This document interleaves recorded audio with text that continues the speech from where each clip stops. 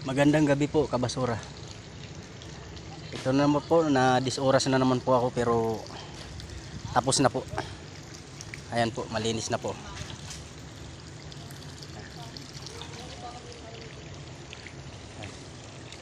Ngayon ko lang po natapos.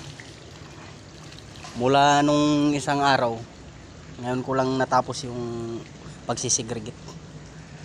Ayan po pala yung ano, mga kalakal ko na nasigregit doon sa may basura na linalabas sa mall.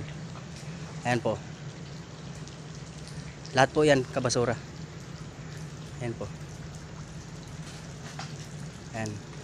Ganyan po karami yung kalakal dito po kabasura. Ayan. Ayan po. Ayan. Yung iba po kabasura linagay ko na sa motor ko. Ayan. Linagay ko dun sa motor.